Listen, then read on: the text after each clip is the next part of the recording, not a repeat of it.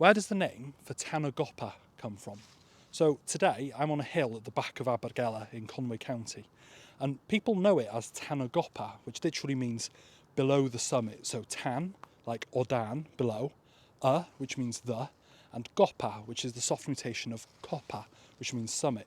But it has an original name, actually, and it's Castell Cawr, because up here used to be a hill fort. Castell comes from Latin castellum, and it means a fortress. And then Cawr means a giant, and it's related to the Gaulish word Cwaros, and also the Irish word cwra.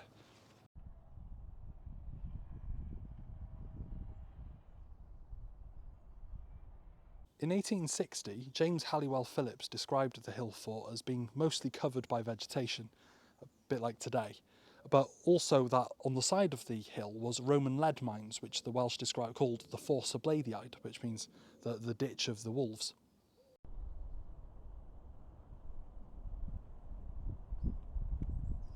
Now, in Wales, a lot of place names which include the word cawr or cewri, meaning giant or giants, are often pre-Celtic places. So, for example, we have Castell Cawr here, which is a pre-Celtic hill fort. We have Tre'r Ceiri in the Llyn, which is a pre-Celtic hill fort again, which means the town of the giants. But even Stonehenge, that very, very famous pre-Celtic monument, literally in Welsh is called Cor y Cewri, which means the choir of the giants.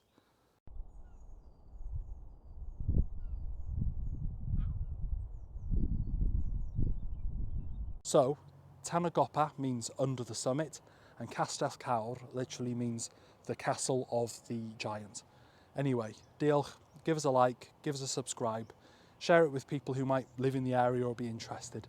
And if you're wanting to support me in my quest, my pilgrimage to explore every single place name in Wales, you can on my Patreon, the link's in my bio.